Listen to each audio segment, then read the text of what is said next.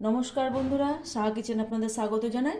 আজকে বন্ধুরা আমি 500 গ্রাম গোটা আলু নিয়ে নিয়েছি। গোটা আলুর দম করে দেখাবো। ওই যে সেদ্ধ করে ধুয়ে পরিষ্কার করে নিয়েছি। কিভাবে ভিডিওটা করছি বন্ধুরা, পুরো ভিডিও দেখতে থাকুন।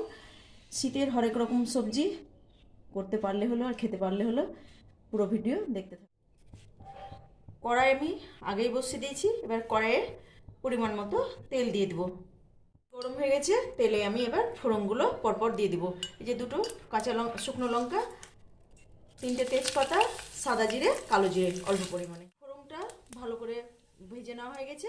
এবার আমি এখানে আদা, জিরে, রসুন, পেঁয়াজ, শুকনো লঙ্কা গুঁড়ো, জিরে গুঁড়ো সমস্ত মশলা ভালো করে ভেজে নেব।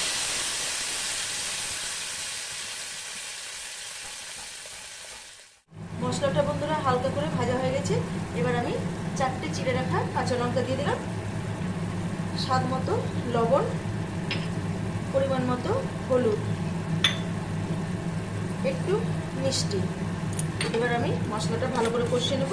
তারপরে সেদ্ধ করে রাখা গোটা আলু আমি দম করে দেখাবো।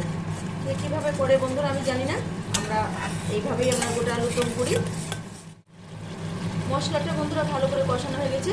এবার সেদ্ধ করে রাখা গোটা আলুটা আমি দিয়ে নাড়াচাড়া করব। এটা সুন্দর একটা রেসিপি বন্ধুরা, ভাত, রুটি, লুচি, পরোটা সব কিছুতেই খুব ভালো লাগবে খেতে। মশলাটা বন্ধুরা ভালো করে কষানো হয়ে গেছে। এবার আমি অল্প পরিমাণে জল দিয়ে ঢাকা দিয়ে দেব।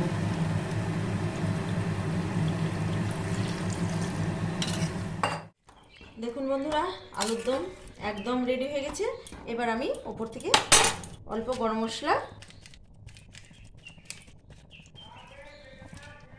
আর অল্প একটু কাসুরি মেথি দিয়ে নামিয়ে নিলাম। দেখুন বন্ধুরা, এইভাবে একদিন আলুর দম অন্তত একটা দিন বানিয়ে দেখুন। যদি ভালো লাগে লাইক সাবস্ক্রাইব করে আমার পাশে থাকবে।